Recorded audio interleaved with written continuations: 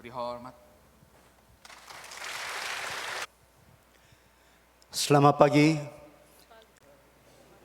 Selamat pagi Bapak-Bapak Ibu-Ibu. 인도네시아 첫 아침 인사가 Selamat pagi입니다. 우리 같이 인사하시겠습니다. Selamat pagi. 예, 저는 인도네시아에서 사역하고 있는 이춘모 선교사입니다. 아까 소개받은 대로 샬롬 신학생들 19명과 함께 11박 12일의 일정으로 한국교회 비전 트립을 오게 되었습니다. 오늘 이 귀한 새벽 기도의 자리에 저희들을 불러주셔서 감사합니다. 또 함께 예배할 수 있는 것이 얼마나 큰 은혜인지, 또 이 예배를 사모하면서 저희들이 먼 길을 달려왔습니다. 오늘 읽어드린 말씀 신명기 8장 2절과 3절 말씀은 모세가 이스라엘 백성들을 이끌고 애굽에서 나와서 가나안으로 들어가기 직전에 광야에서 마지막으로 이스라엘 백성들에게 행했던 그 설교 가운데 한 부분입니다. 광야는 어떤 곳입니까? 우리가 알기로 광야는 물도 없고 음식도 부족하고 여러 가지가 사람이 살기에는 부족한, 아니 사람이 살 수 없는 그런 곳이 바로 광야입니다. 광야는 정착하는 것이 아니라 지나가는 곳이지요. 찬양 가사에 보면 광야를 지나며 라는 제목의 그 찬양의 가사에 보면 주님만 내 도움이 되시고 주님만 내 빛이 되시는, 주님만 내 친구 되시는 광야, 주님 손 놓고는 단 하루도 살 수 없는 곳 광야, 광야에 서 있네. 그렇죠. 우리 그리스도인들이 주님을 사랑하면 사랑할수록 주님 손 놓고는 한순간도 살 수 없음을 고백할 수밖에 없는 것입니다. 광야 생활을 했던 이스라엘 백성들을 오늘 이 시대를 살아가는 우리 그리스도인에게 적용해 본다면, 광야는 우리가 살아가는 순간순간 우리가 만나는 모든 환경, 형편, 사람들, 특별히 어려움을 겪을 때에 우리는 광야를 겪는다, 광야를 지나간다, 그렇게 생각할 수 있겠습니다. 어쩌면은 애굽과 같은 이 세상에서 하나님의 부르심을 받아서 하나님의 백성이 되고 또 장차 가나안이라고 할 수 있는 그 천국에 들어가기까지 우리 전 그리스도인의 신앙생활이 바로 광야가 아니겠는가, 그런 생각을 해보게 됩니다. 그런데 오늘 본문에 보면 하나님께서 이스라엘 백성들에게 광야 길을 걷게 하셨다, 그런 말씀이 있습니다. 오늘 신명기 8장 2절 상반절 말씀해 보시면 내 하나님 여호와께서 이 40년 동안에 내게 광야 길을 걷게 하신 것을 기억하라, 그렇게 말씀하셔요. 우리가 이 세상 살아가면서 힘들고 어려운 순간에 나 혼자 내버려둔 것 같은 그 순간에라도 하나님이 알고 계시지, 하나님이 나와 함께하고 계시지, 하나님께서 이 길을 허락하신 거야, 그렇다면 반드시 하나님께서 나를 구원해내실 거야, 그런 믿음이 있다면 어떠한 어려움이라도 어떠한 광야 길이라도 우리는 능히 헤쳐나갈 수 있을 것입니다. 우리가 알듯이 광야를 지나면 어디에 들어갑니까? 가나안, 천국에 우리가 들어갈 그런 소망, 아까 우리가 부른 찬양처럼 나에게 꿈이 있고 예수 그리스도가 나에게 있다면 결코 이 세상은 힘들지 않을 것입니다. 그래서 쉽고 가볍고 재미있고 행복한 그런 삶을 살 수 있을 것입니다.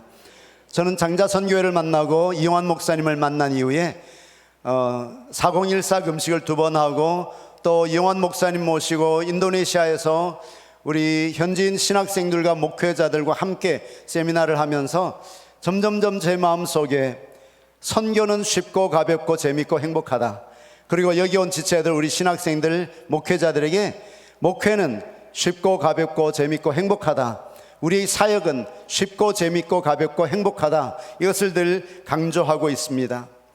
1999년 7월에 저희들이 선교사로 파송되어서 인도네시아에서 사역하고 있는데 거의 20년을 사역하고 난 이후에야 비로소 선교가 우리 선교사 내가 하는 것이 아니라 하나님이 하시는 선교구나, 그런 생각을 하게 되었습니다. 물론 신학교에 다니면서 미시오데이, 하나님의 선교, 그런 말을 많이 들었지만 막연했어요. 그런데 하면 할수록 내가 하는 것이 아니라 하나님이 하는 선교. 그래서 저희 최근에 한 5년 가까이 이제 깨닫고 나서 저희가 하는 선교를 하하 선교라고 그렇게 이름을 붙여봤습니다. 하하 선교. 하하가 무슨 뜻일까요? 웃을 때 하는 하하일까요? 그럴 수도 있지만 하나님이 하셨습니다. 하나님이 하십니다. 하나님이 하실 겁니다. 이 모두가 다 하하로 통하더라고요. 그래서 하하 선교라고 합니다. 우리 옆에 분들 바라보면서 하하 한번 하시겠습니까? 하하. 하나님이 하시고 하나님이 하셨고 또 하나님이 하실 것입니다. 우리가 돌이켜보면 정말 내가 한 것이 없구나 하는 것을 깨달을 때가 있죠. 이 모든 것이 하나님의 은혜고 하나님이 하셨다, 그렇게 고백하게 되는 것입니다. 아멘이시죠? 올해 초에 유튜브를 이렇게 검색하다가 이영환 목사님이 쓰셨다는 이 책 제목이 눈에 들어왔어요. 나는 제자를 세우는 제자인가. 늘 마음에 고민하고 또 그 일을 위해서 기도하고 있던 터라 반가운 마음에서 검색을 해보니까 이영환 목사님 강의를 하셨더라고요.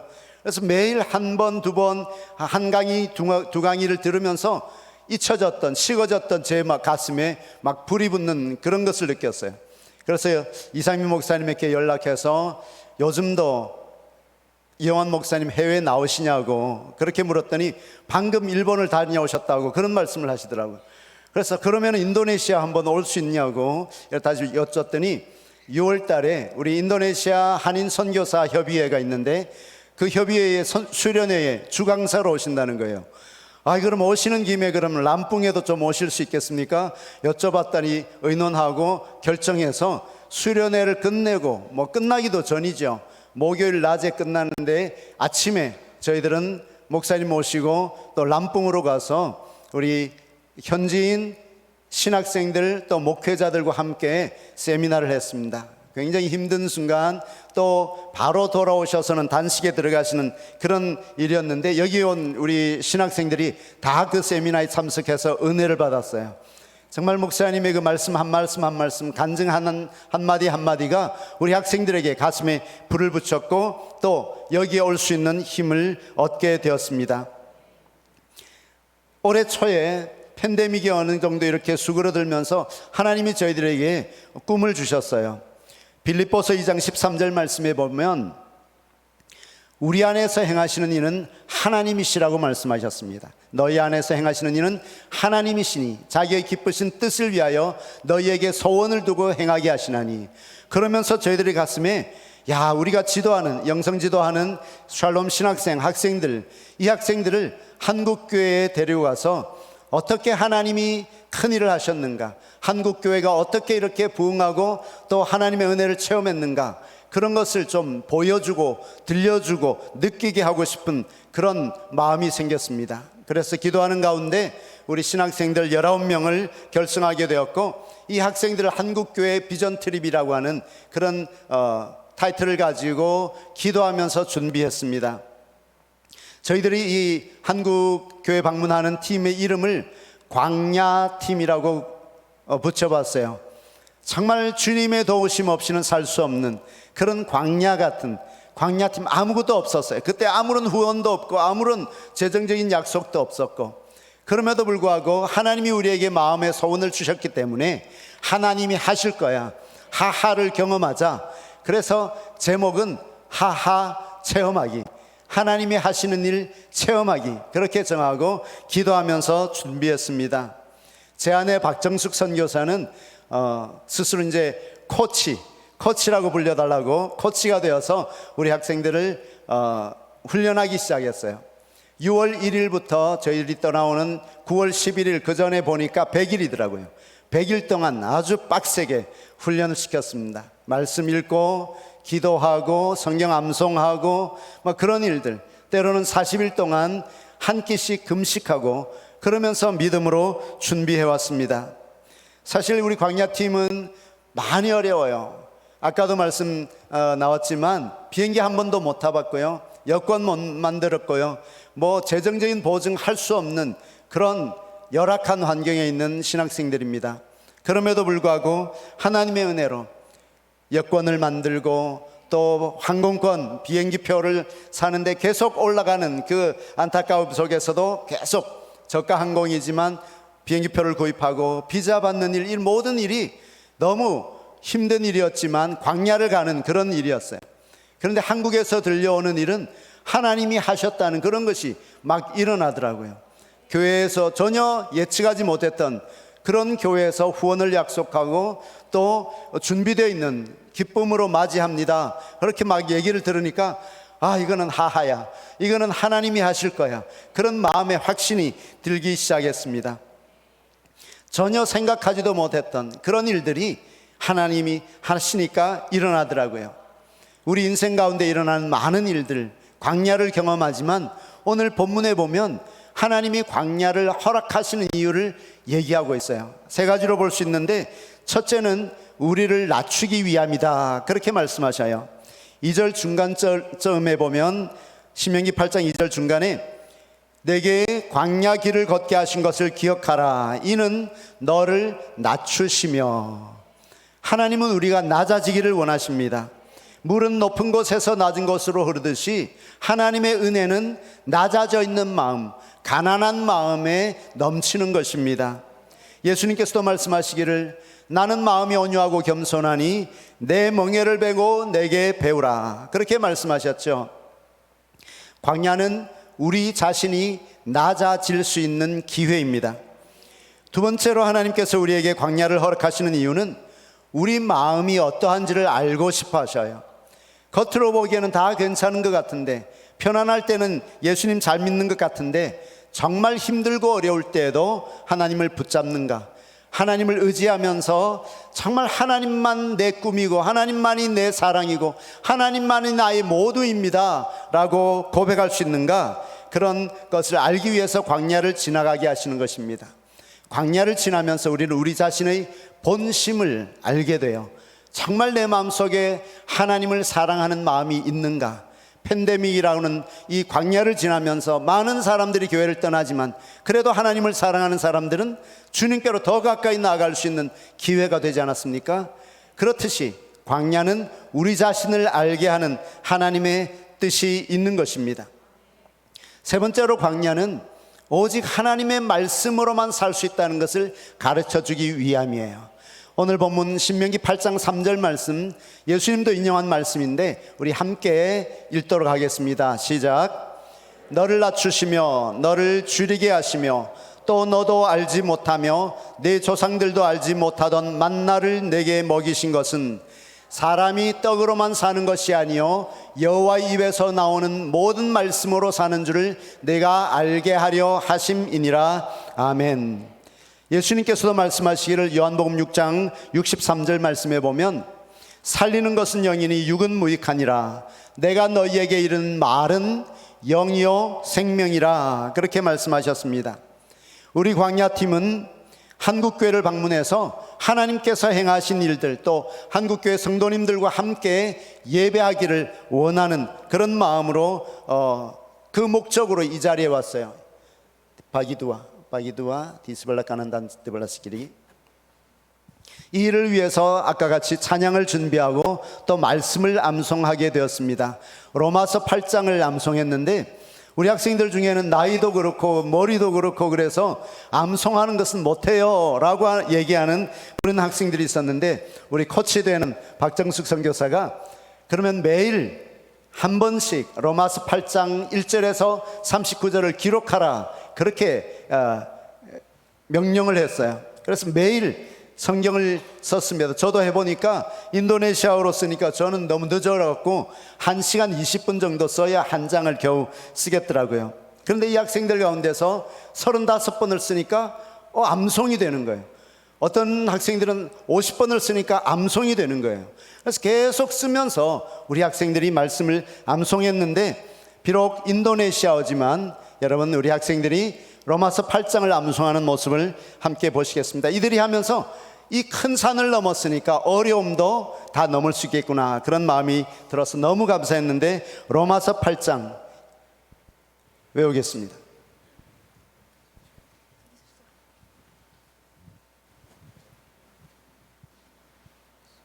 시작.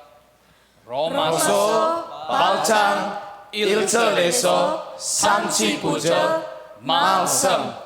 hidup oleh roh. Demikianlah sekarang tidak ada penghukuman bagi mereka yang ada di dalam Kristus Yesus. Roh yang memberi hidup telah memerdekakan kamu dalam Kristus dari hukum dosa dan hukum maut. Sebab apa yang tidak mungkin dilakukan hukum Taurat karena tak berdaya oleh daging, telah dilakukan oleh Allah dengan jalan mengutus anaknya sendiri dalam daging, yang serupa dengan daging, yang dikuasai dosa karena dosa. Ia telah menjatuhkan hukuman atas dosa di dalam daging, supaya tuntutan hukum Taurat digenapi di dalam kita, yang tidak hidup menurut daging, tetapi menurut roh. Sebab mereka yang hidup menurut daging memikirkan hal-hal yang dari daging, mereka yang hidup menurut roh memikirkan hal-hal yang dari roh. Karena keinginan daging adalah maut, tetapi keinginan roh adalah hidup dan damai sejahtera. Sebab keinginan daging adalah perseteruan terhadap Allah, karena ia tidak takluk kepada hukum Allah. Hal ini memang tidak mungkin baginya. Mereka yang hidup dalam daging tidak mungkin berkenan kepada Allah. Tetapi kamu tidak hidup dalam daging, melainkan dalam roh, jika memang roh Allah diam di dalam kamu. Tetapi jika orang tidak memiliki roh Kristus, ia bukan milik Kristus. Tetapi jika Kristus ada di dalam kamu, maka tubuh memang mati karena dosa, tetapi roh adalah kehidupan oleh karena kebenaran. Dan jika roh Dia yang telah membangkitkan Yesus dari antara orang mati diam di dalam kamu, maka Ia yang telah membangkitkan Kristus Yesus dari antara orang mati akan menghidupkan juga tubuhmu yang fana itu oleh rohnya yang diam di dalam kamu. Jadi saudara-saudara, kita adalah orang berhutang, tetapi bukan kepada daging, supaya hidup menurut daging. Sebab jika kamu hidup menurut daging, kamu akan mati. Tetapi jika oleh roh kamu mematikan perbuatan-perbuatan tubuhmu, kamu akan hidup. Semua orang yang dipimpin roh Allah adalah anak Allah. Sebab kamu tidak menerima roh perbudakan yang membuat kamu menjadi takut lagi, tetapi kamu telah menerima roh yang menjadikan kamu anak Allah. Oleh roh itu kita berseru, Ya Aba, Ya Bapa. Roh itu bersaksi bersama-sama dengan roh kita bahwa kita adalah anak-anak Allah. Dan jika kita adalah anak, maka kita juga adalah ahli waris. Maksudnya orang-orang yang berhak menerima janji-janji Allah, yang akan menerimanya bersama-sama dengan Kristus, yaitu jika kita menderita bersama-sama dengan Dia, supaya kita juga dipermuliakan bersama-sama dengan Dia. Pengharapan anak-anak Allah. Sebab aku yakin bahwa penderitaan zaman sekarang ini tidak dapat dibandingkan dengan kemuliaan yang akan dinyatakan kepada kita. Sebab dengan sangat rindu seluruh makhluk menantikan saat anak-anak Allah dinyatakan. Karena seluruh makhluk telah ditaklukkan kepada kesia-siaan, bukan oleh kehendaknya sendiri, tetapi oleh kehendak Dia yang telah menaklukkannya. Tetapi dalam pengharapan, karena makhluk itu sendiri juga akan dimerdekakan dari perbudakan kebinasaan dan masuk ke dalam kemerdekaan kemuliaan anak-anak Allah. Sebab kita tahu bahwa sampai sekarang segala makhluk sama-sama mengeluh dan sama-sama merasa sakit bersalin. Dan bukan hanya mereka saja, tetapi kita yang telah menerima karunia sulung roh, kita juga mengeluh dalam hati kita sambil menantikan pengangkatan sebagai anak, yaitu pembebasan tubuh kita. sebab kita diselamatkan dalam pengharapan. Tetapi pengharapan yang dilihat bukanlah pengharapan lagi. Sebab bagaimana orang masih mengharapkan apa yang dilihatnya. Tetapi jika kita mengharapkan apa yang tidak kita lihat, kita menantikannya dengan tekun. Demikian juga Roh membantu kita dalam kelemahan kita, sebab kita tidak tahu bagaimana sebenarnya harus berdoa. Tetapi Roh sendiri berdoa untuk kita kepada Allah dengan keluhan-keluhan yang tidak terucapkan. Dan Allah yang menyelidiki hati nurani mengetahui maksud Roh itu, yaitu bahwa Ia sesuai dengan kehendak Allah berdoa untuk orang-orang kudus. Kita tahu sekarang bahwa Allah turut bekerja dalam segala sesuatu untuk mendatangkan kebaikan bagi mereka yang mengasihi Dia, yaitu bagi mereka yang terpanggil sesuai dengan rencana Allah. Sebab semua orang yang dipilihnya dari semula, mereka juga dipanggilnya dari semula untuk menjadi serupa dengan gambaran anaknya, supaya Ia anaknya itu menjadi yang sulung di antara banyak saudara. Dan mereka yang ditentukannya dari semula, mereka itu juga dipanggilnya. Dan mereka yang dipanggilnya, mereka itu juga dibenarkannya. Dan mereka yang dibenarkannya, mereka itu juga dimuliakannya. Keyakinan iman. Sebab itu, apakah yang akan kita katakan tentang semuanya itu? Jika Allah di pihak kita, siapakah yang akan melawan kita? Ia yang tidak menyayangkan anaknya sendiri, tetapi yang menyerahkannya bagi kita semua. Bagaimanakah mungkin Ia tidak mengaruniakan segala sesuatu kepada kita bersama-sama dengan Dia? Siapakah yang akan menggugat orang-orang pilihan Allah? Allah yang membenarkan mereka, siapakah yang akan menghukum mereka? Kristus Yesus yang telah mati, bahkan lebih lagi yang telah bangkit, yang juga duduk di sebelah kanan Allah, yang malah menjadi pembela bagi kita.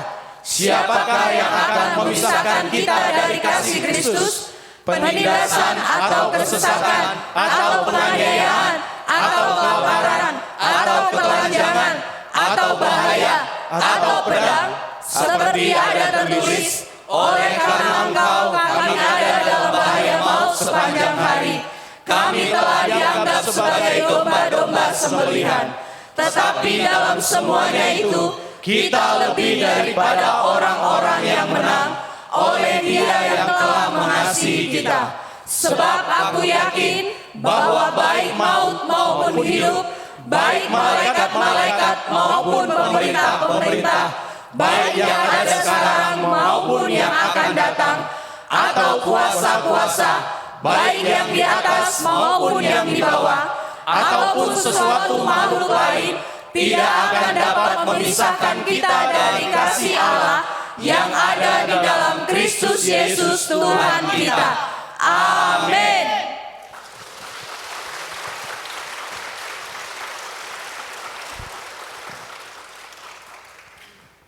유대 경전 주석지인 미드라시 또는 페르시아 지방의 우화에서 나온 말이라고 알려진 이야기가 있습니다.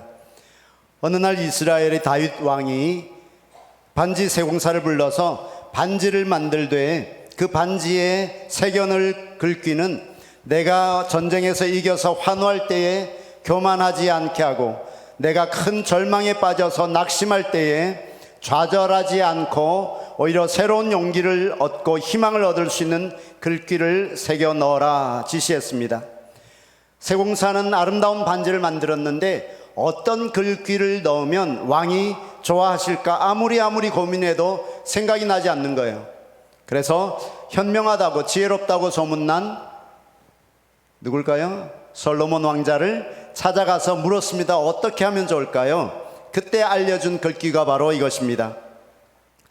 이것 또한 지나가리라. 이것 역시 지나가리라. 이 글귀를 적어 넣어서 왕에게 바쳤더니 왕이 흡족해하며 큰 상을 내렸다고 하는 이야기가 있습니다.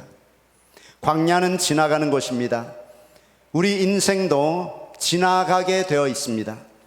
광야는, 우리 인생은 하나님이 하시는 일들을 체험하기에 적합한 곳입니다. 제가 좋아하는 인도네시아 찬양이 있습니다. 저와 우리 광야팀의 고백이기도 한 이 찬양을 저와 우리 광야팀이 하나님 앞에 올려드리도록 하겠습니다.